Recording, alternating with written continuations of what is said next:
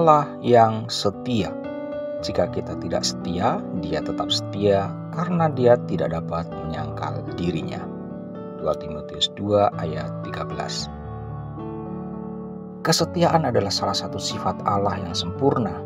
Hal ini berarti bahwa secara absolut Allah layak dipercayai, setia, bisa diandalkan, dan benar terhadap firman-Nya. Firman Allah adalah sepasti dirinya.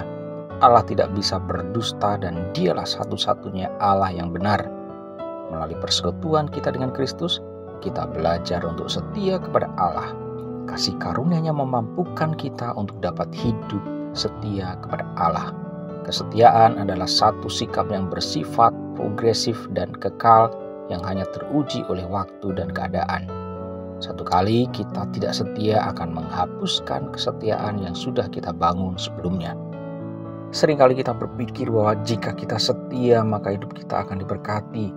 Kita menjadi kecewa dan marah jika Tuhan tidak memberkati hidup kita. Dalam keadaan seperti inilah justru kesetiaan kita diuji. Abraham adalah salah satu contoh manusia yang hidup setia kepada Allah.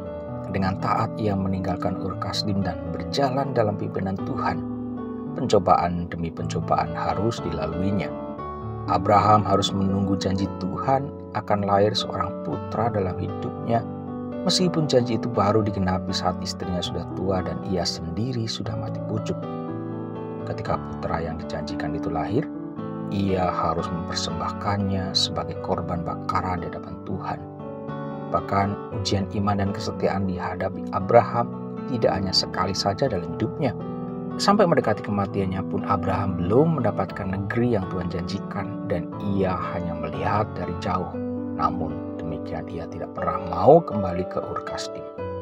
Kesetiaan Abraham itulah kesetiaan sejati yang didasarkan iman.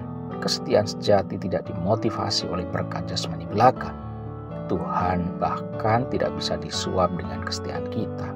Segala sesuatu yang terjadi dalam hidup kita setiap hari dipakai Allah untuk membangun dan menguji kesetiaan kita kepadanya.